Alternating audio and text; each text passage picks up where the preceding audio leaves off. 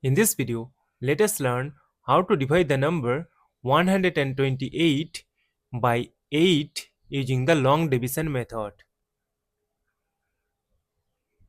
See that 1 is less than 8. That is why we will consider the number 12. We know that 8 times 1 is equal to 8. Subtract, we get 4. Now this 4 is less than 8.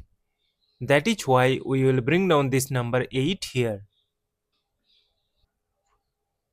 Now we know that 8 times 6 is equal to 48. If we subtract, we get a 0. As we have got the number 0 and there is no number to bring down here, so we will stop. Therefore, 128 divided by 8 is equal to 16.